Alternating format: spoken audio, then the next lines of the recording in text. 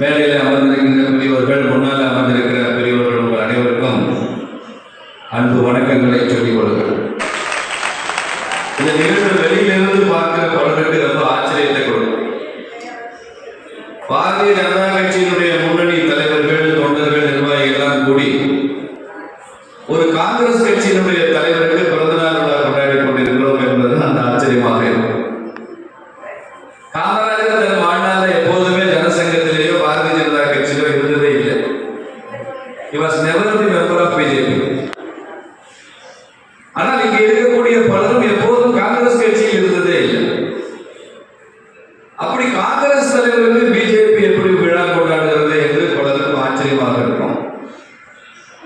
ஆனால் பிஜேபியினுடைய தாற்பயம் தெரிந்தவர்களுக்கு இது ஒன்று புதுமையாக இருக்காங்க. நாம் காமராஜரை மாத்திரம் காங்கிரஸ் கட்சி தலைவர்களை கொண்டாடவில்லை, லால் பகதூர் சாஸ்திரியை கொண்டாடுறோம், சர்தார் வல்லபாய் பட்டேலை கொண்டாடுறோம். இவங்கெல்லாம் கூட காங்கிரஸ்ல இருந்தாங்க, அவங்க எப்போதே பிஜேபி. இந்த தேசத்தை கொண்டாடிய தலைவர் எந்த கட்சியாக இருந்தாலும் பிஜேபி கொண்டாடும் என்பதுதான் என்னுடைய தாற்பயம் என்று நான் இங்கே பதிவு செய்ய வேண்டும். காமராஜர் தேசத்தை கொண்டாடினார். அவருக்கு சொத்து சுகம் எதுவும் இல்லை, தேசம்தான் அவருக்கு சொத்து சுகமே. அதனால நாட்டை சுமப்பவர்கள், சுமந்தவர்கள் யாராக இருந்தாலும் பிஜேபி அவர்களை சுமக்கும் என்பதற்கு தான் இந்த விழா ஒரு அறிமுக முறை போடுகிறது என்று நினைக்கிறேன். இதுதான் கண்ணதாசன் அற்புதமாக அந்த பாடல் வரிகளில் குறிப்பிட்டார். கவிஞர் கண்ணதாசன் காமராஜர் பிறந்த நாடார் சமுதாயத்தை பெயரை உள்ளடக்கி ஒரு கவிதை எழுதினார். சொத்து சுகம் நாடா, சொந்தங்களை நாடா, பெற்ற அன்னையையும் நாடா, பொன்னை நாடா, பொருளை நாடா, நாடொன்றின் நலத்தையே நாடுகின்ற இந்த நாடாரே நாடாவாரே என்று பாடினான் கண்ணதாசன். அது ஏதோ ஒரு சமுதாயத்தின் பெயரை குறிக்கிற வார்த்தை மாத்திரமல்ல, அது காமராஜருடைய பண்பை, அவரது வாழ்க்கையை குறிக்கிற வார்த்தையாக அவர் சொல்லிவிட்டு சென்றிருக்கிறார். இன்று கூட அந்த பாடல் வரிகள் ஜீவனுள்ள வரிகளாக இருக்கிறது.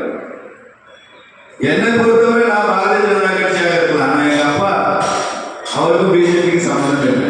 அவருக்கு யாராவது ஒரு அரசியல் தலைவர் பிடிக்கும்னா அது காமராஜரை பிடிக்கிறது. அப்பா எனக்கு நன்றாக நினைவு இருக்கிறது. அவர் நடத்திய கடையில காமராஜர் படம் வாங்கி வச்சிருப்பார். அது இருக்கும், அந்த மூடைகளுக்கு மேல இருக்கிற அந்த லாஃப்ட் பதில் பெரிய படமா வச்சிருப்பார். ரொம்ப நாள் அந்த படம் எங்கள் கடையில் இருந்தது.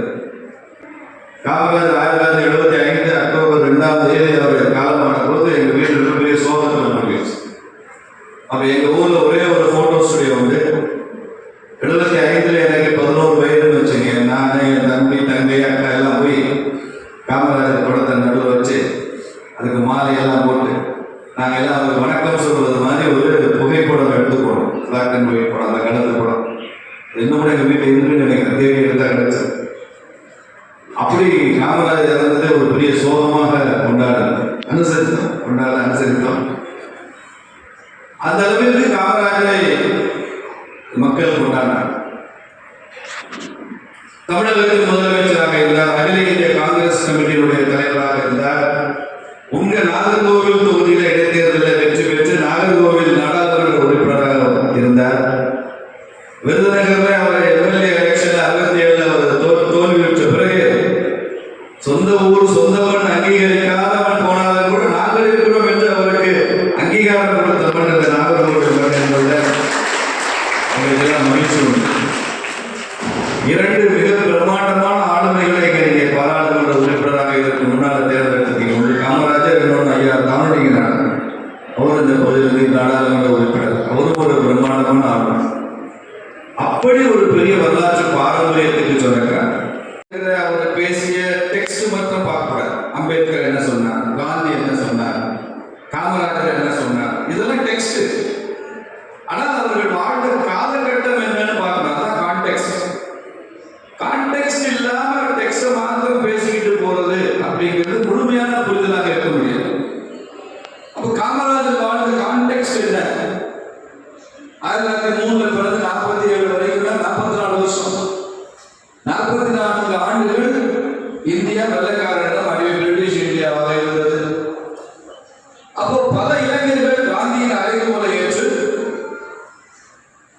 இந்தியா விடுதலை அடையும் வரை தங்களுக்கு சொந்த வாழ்க்கை என்று எதுவும் இல்லை என்று முடிவு செய்தார். செய்தார்கள். அதனால்தான் காமராஜர்கள் திருமணம் செய்து கொள்ளக்கூடாது, அடிமை இந்தியாவில் திருமணம் செய்து கொள்ளக்கூடாது முடிவெடுத்தாரு. இந்தியாவில் விடுதலை பெறாமல் இருக்கும்போது நமக்கு ஒரு திருமண வாழ்க்கை, குடும்ப வாழ்க்கை வேண்டாம்னு முடிவெடுத்தாரு. சுதந்திரம் கிடைக்கும் போது வயது 44. அதுக்கப்புறமா ஒரு பொண்ணு கேட்டுட்டா கிடைச்சிருக்கும். ஆனாலும் கூட அந்த வாழ்க்கை அவர்களுக்கு பழகி போன காரணத்தினால தொடர்ந்து பிரம்மச்சாரியா இருந்தார். பசுமன் தேவரவர்கள் அப்படிதான். சுதந்திர இந்தியா விடுதலை கிடைக்கும் வரை திருமணம் செய்து கொள்ளக்கூடாதுன்னு வாழ்ந்த எண்ணற்ற இளைஞர்கள் இருந்தாங்க. இதெல்லாம் பெரிய டெடிகேஷன். மதுரையில் என்எம்ஆர் சுப்பராமன் ஒரு பெரியவர் இருந்தார், சௌராஷ்டிர சமூக பெரியவர். அவருக்கு கட்டாயப்படுத்தி கல்யாணம் பண்ணி வச்சுட்டாங்க வீட்டில். ஆனா அவர் என்ன பண்ணாரு, சுதந்திர இந்தியாவில் தான் நான் குழந்தை பெற்றுக் கொள்வேன்னு அவர் மனைவியோட குடும்ப வாழ்க்கையே இல்லை. அவர் மகாத்மா காந்தி மதுரைக்கு வரும்போது அவங்க மனைவி போய் மகாத்மாவை கெஞ்சி, என் கணவருக்கு அறிவுரை கொடுங்க, எனக்கு ஒரு குழந்தையாவது வேண்டும், ஒரு குடும்ப வாழ்க்கைக்கு என்ன அர்த்தம் இருக்கு என்றெல்லாம் சொல்லி காந்தி கூப்பிட்டு என்எம்ஆர் சுப்பராமனை கண்டித்து நீ ஒரு குழந்தையாவது பெற்றுக்கொள்ள வேண்டும் என்று அறிவுரை சொல்லிய பிறகு காந்தி சொல்கிறாரு என்பதற்காக குழந்தை பெற்றுக் கொண்டவர் என்எம்ஆர் சுப்பராமன். அப்படி எவ்வளவு பேர் வாழ்ந்துருக்காங்க. அது அரசியல் காலம். சுதந்திர போராட்டத்திற்காக விடுதலை வேள்வியிலே ஈடுபட்ட ஒரு காலம். ஏன்னா இந்தியா அவ்வளவு மகத்தான நிலையில் இருந்தது. நீங்க பாரதியாருடைய ஒரு பாடல் தெரியும், வாழ்கனி அம்மா அப்படின்னு காந்தியை வரவேற்று பாடுற பாடல். அந்த பாடல் பாரதி சொல்லுவான், வாழ்கனி அம்மா இந்த வையத்து நாட்டில் எல்லாம் தாழ்வுற்று வறுமை மிஞ்சி விடுதலை தவறி கேட்டு பாடுபட்டு நின்றதான் ஒரு பாரதம் தன்னை வாழ்விக்க வந்த காந்தி மகாத்மா நீ வாழ்வுன்னு சொல்லுவோம். அதுல ரொம்ப ஒரு கீவேர்டு ஒன்று இருக்கு, தாழ்வுற்று அப்படின்னு ஒரு வார்த்தை வரும். தாழ்வுற்றுனா என்ன அர்த்தம்னா உயரத்துல இருந்தோம்னு அர்த்தம். அப்ப இன்னைக்கு உலகத்திலேயே வறுமையான நாடாக இருக்கிற பாரதம் இன்னைக்கு தாழ்வடைந்திருக்கிறதுனா இதுக்கு முன்னால உயர்வாக இருந்தது. அப்படி உயர்வாக இருந்த காரணத்தினால்தான் இத்தனை பேர் நம்ம நாட்டு மேல பணியெடுத்து வந்தாங்க. 1000 ஆண்டுகளுக்கு மேலாக உலகத்தின் ஒவ்வொரு போக்கிரியும் திருடனும் அயோக்கியனும் மதமாற்றம் செய்ய வேண்டும் என்று நினைத்தவனும் அத்தனை அயோக்கியனும் இலக்கு இந்தியா. அது மாலிக் காஃபூர் காலத்திலிருந்து, கஜினி முகமதுல இருந்து, அதுக்கப்புறம் முகலாயர்கள் இருந்து, அப்புறம் போர்ச்சுகல், டச்சு, பிரெஞ்சு, இங்கிலீஷ், இப்படி எல்லோருக்கும் கண் இந்தியானா இந்தியா மிகப்பெரிய வலிமையான நாடா இருந்தது. அவ்வளவு செல்வம் இருக்கிற ஒரு தேசமா இருந்தது. தொழில்கள் வளர்ந்து இருந்தது. நம்ம பல பேர் பொருளாதார ஆசிரியர்கள், வரலாற்று ஆசிரியர்கள் ஏதோ இந்தியாவில் ஒரு பிச்சைக்கார நாடு, ஏழை நாடுன்னு சொல்லி பாடம் நடத்துறாங்க. அப்படியே இல்லை. ஆங்கஸ் மேடிசன் ஒரு பெரிய எழுத்தாளர், பொருளாதார நிபுணர், அவர் ஒரு புத்தகம் எழுதியிருக்கிறார். ஆர்வம் உள்ளவங்க குறிச்சுக்கோங்க, the world economy the millennium perspective அப்படின்னு அந்த புத்தகம். வேர்ல்ட் எக்கானமினா உலக பொருளாதாரம், மில்லேனியம் பெர்ஸ்பெக்டிவ்னா ஒவ்வொரு 1000வது ஆண்டுக்கும் அந்த புத்தகத்தில் தொகுப்பு இருக்கு. 2000 வருட உலக பொருளாதார வரலாற்றை எழுதியிருக்கிறார் ஆங்கஸ் மேடிசன். ஏன் ஆங்கஸ் மேடிசன் என்ற பேர் அடிக்கடி சொல்றேன்னா, இதை யாராவது ஒரு இந்தியர் எழுதியிருந்தா சங்கின்றோம்,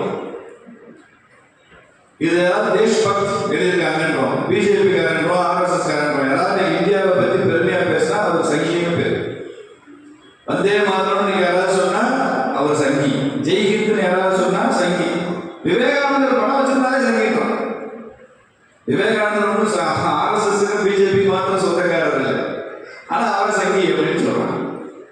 இந்த ஆங்கஸ் மேடிசன் என்ன சொல்றாங்க, 2000 வருடம் உலகத்தினுடைய பொருளாதார வரலாற்றை எழுதி வைத்தவன். அவன் சொல்றான், இயேசு பிறந்த வருஷத்துக்கு 0 இயர்னு பேர், காமன் எரான்னு பேர். வரலாற்று நம்ம பிசி ஏறி படிக்கூடாது, கிமு கிபிலாம் படிக்கிற பழக்கம் இல்லை. பொது வருடம் காமன் எரா 0 இயர். அதுல இருந்து எடுத்துக்கொண்டு 1700 17 நூற்றாண்டுகள் ஒரு கட்டமா பிரிக்கலாம். இப்படி 1700 ஆண்டுகள் 17 நூற்றாண்டு அவன் சொல்றான், உலகத்தின் அசைக்க முடியாத பொருளாதார வல்லரசாக இருந்த தேசம் பாரத நாடு அப்படின்னு அந்த ஆங்கஸ் மேடிசன் எழுதியிருக்கிறார். The mighty economic empire of the world. உலகத்தினுடைய ஜிடிபியில 33% ஜிடிபி இந்தியாவில இருந்து போச்சு. Followed by China. இந்தியாவும் சீனாவும் மாத்திரமே 61% உலக பொருளாதாரத்திற்கு பங்களித்தன ஆங்கஸ் மேடிசன் எழுதி வச்சிருக்கிறார். 3/1 உலக பொருளாதாரம் இந்தியாவில் உற்பத்தியான பொருளாதாரம். இது 1700 இருந்தது. 17 நூற்றாண்டுகள் உலகத்தின் முதன்மை பொருளாதார நாடாக இருந்தது. அதனால்தான் கொள்ளையடிக்கிறது. அந்த செல்வச் செழிப்பு இருந்ததுனால்தான் இந்தியாவில் இவ்வளவு மன்னர்கள், இவ்வளவு போர்கள், இவ்வளவு அரண்மனைகள், இவ்வளவு செல்வாக்கு, இத்தனை வைரம், வைடூரியம், தங்கம். இதற்கு படையெடுத்து வந்து கொள்ளையடிக்க வந்த கூட்டம் கஜினி முகமது 17 முறை படையெடுத்தார். 17 முறையும் அள்ளிட்டு தான் போனாங்க. சோமநாதபுரம் ஆலயத்தில் இருந்த அந்த பிரதானமான அந்த வாயில் கதவு தங்கத்தாலான கதவு. அந்த கதவையே அப்படியே உடச்சு எடுத்து போனான் கஜினி முகமது. அப்படி ஒரு பெரிய பொருளாதார தாக்குதலை நடத்தினாங்க. இந்தியா செல்வத்தோடு இந்திய விவசாயம், இந்திய தொழில்கள், இந்திய இரும்பு, இந்திய போர் முறை, இந்தியாவுடைய இலக்கியங்கள், இந்திய இசை, இந்திய மருந்து, இதெல்லாம் உலகத்திலாம் போச்சு. இதெல்லாம் பார்த்து வந்தவங்க அந்த பிரதேசம் படையெடுத்து ஒன்று சுதந்திரத்துக்கு முன்னால் இருக்க காங்கிரஸ். அதுதான் இவங்க எல்லாம் இருந்தாங்க. காந்தி, காமராஜ், தேசிய காங்கிரஸ் தான் அதுதான் இந்திய தேசிய காங்கிரஸ். நேரு இருந்தார், வாவு சிதம்பரம் பிள்ளை காங்கிரஸ் இருந்தார், பசும்பொன் தேவரே காங்கிரஸ் இருந்தார், நேதாஜி காங்கிரஸ் தான் இருந்தார். அப்புறம் தான் பிரிஞ்சு வந்து பாப்புலர் வச்சாரு. பெரிய பெரிய கம்யூனிஸ்ட் தலைவர்கள் காங்கிரஸ் இருந்தாங்க. இப்படி சுதந்திரத்துக்கு முன்னால் இருந்த காங்கிரஸ் கட்சி என்பது முழுக்க முழுக்க தியாகத்தால் உருவான கட்சி, முழுக்க முழுக்க போராட்டத்தால் உருவான கட்சி, முழுக்க முழுக்க குடும்ப வாழ்க்கையை காவு கொடுத்து தேசத்தின் நலன் குறித்து சிந்தித்த கட்சி. அப்ப அரசியல் என்ன? சுதந்திரத்துக்கு முன்னால் அரசியல்னா போராட்டம், அரசியல்னா சிறை தண்டனை, அரசியல்னா சத்தியாகிரகம், அரசியல்னா தூக்கு மேடை, அரசியல்னா லத்திச்சார்ஜ். எதுவுமே நல்லா இருக்காது. எந்த வீட்டு பெண்மணியும் தான் புருஷன் அரசியல் இருக்கிறது விரும்ப மாட்டாங்க. சுதந்திரத்துக்கு மேல அரசியல்னா அடிவாங்க, குடும்பம் நெருக்கடியா போகும். வாவுசி கப்பல் வாங்குறதுக்காக மும்பைக்கு போறாரு. அவருக்கு தந்தி வருது, மூத்த மகன் சீரியஸா இருக்காரு, கொஞ்சம் நீங்க சீக்கிரம் வாங்க, செத்து போவார் மாதிரி இருக்கு அப்படின்னு தந்தி போகுது வாவுசி. இவர் பாம்பேல போய் இவர் இறங்குறதுக்குள்ள தந்தி வந்துருச்சு. கப்பல் வாங்காம நான் தூத்துக்குடி வரமாட்டேன், என் மகனுக்கு என்னாலும் கவலையில என்று சொல்லி வாழ்ந்தது வாவுசி. என்ன ஒரு டெடிகேஷன் பாருங்க, எவ்வளவு பெரிய தியாகம் பாருங்க. என்ன ஆனாலும் சரி, என் குடும்பத்துக்கு என்ன ஆனாலும் சரி, நாடு முக்கியம். தூத்துக்குடியில தொழிலாளர் போராட்டம் நடத்துறாரு வாவுசி.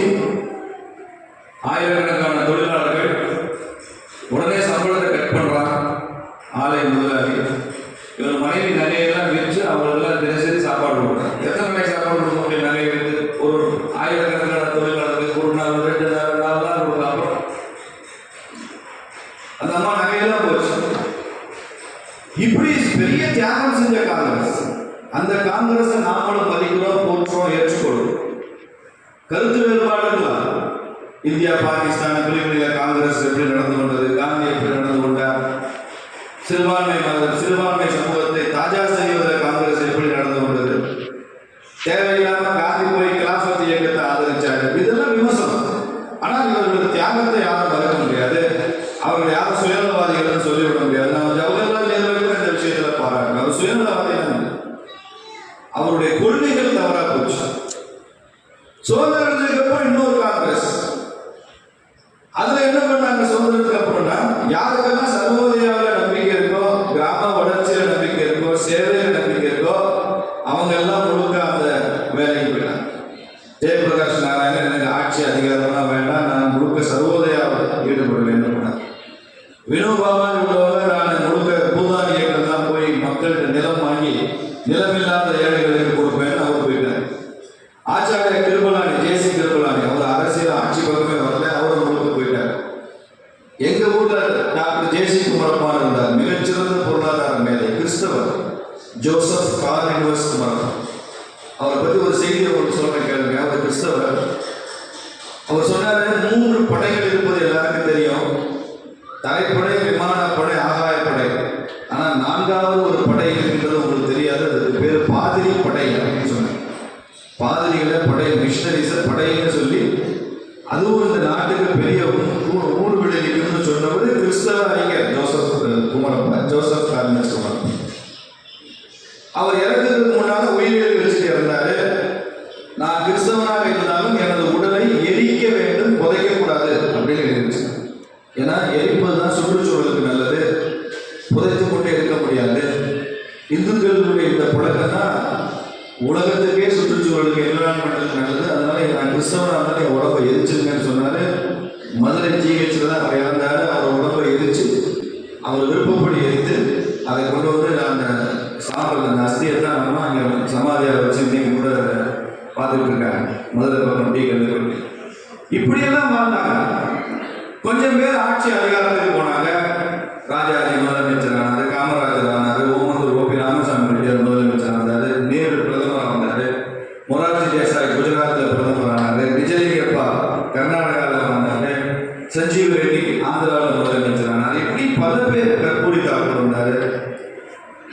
இவங்கெல்லாம் அந்த சுதந்திரத்துக்கு முன்னால் இருந்த அந்த எளிமையை நேர்மையை விட்டுவிடவில்லை, அந்த தியாகத்தை விடவில்லை.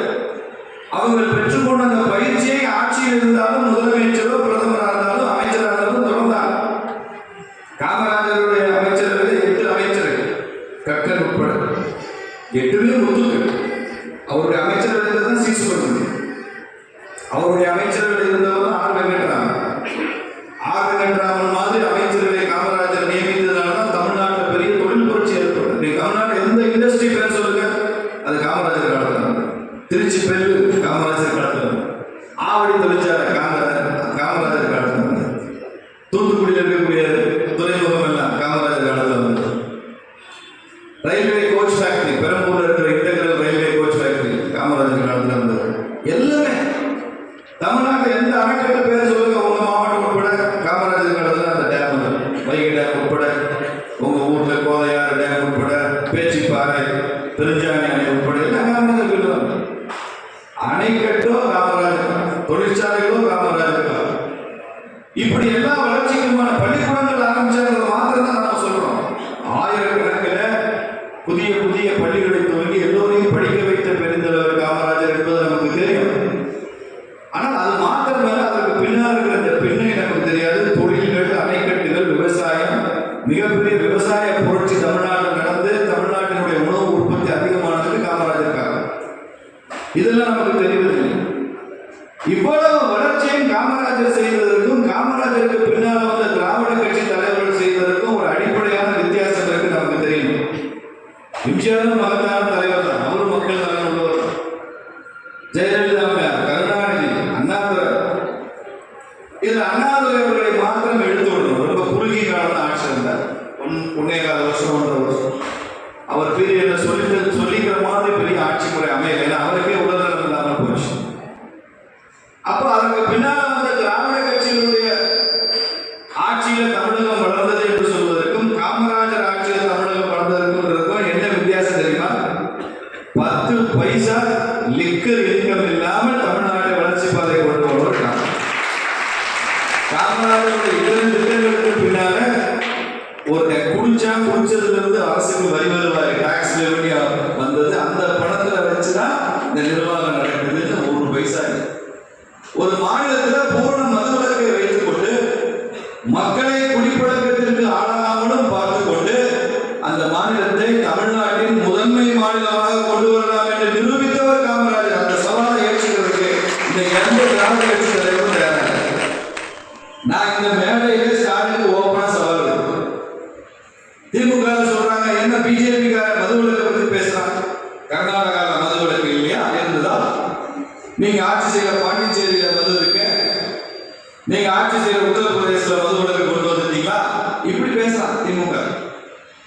அவர்கள் எதிர் கேள்வி என்ன தெரியுமா? இந்தியாவிலேயே பூரண மதுவிலக்கு இருந்த மாநிலங்கள் 2 தான். ஒன்னு குஜராத், ஒன்னு தமிழ்நாடு. குஜராத்ல எப்போதும் மது இல்லை, இப்போதும் மது இல்லை. காங்கிரஸ் ஆட்சி காலத்துல குஜராத்ல மது இல்லை. பிஜேபி வந்து 30 வருஷமா ஆட்சி பண்ணும்போது ஒரு சொட்டு மது இல்லை. ஆனால் தமிழ்நாட்டில் காமராஜர் மாதிரி தேசியவாதிகள் ஆட்சியில எல்லாம் மது இல்லை. திராவிட ஆட்சி வந்தோடனே மது இருக்கிறதுதான் எங்களுக்கு குற்றச்சாட்டு. எப்போதும் இல்லாத மது இப்போது ஏன் இருக்கிறது? எப்போதும் இல்லாத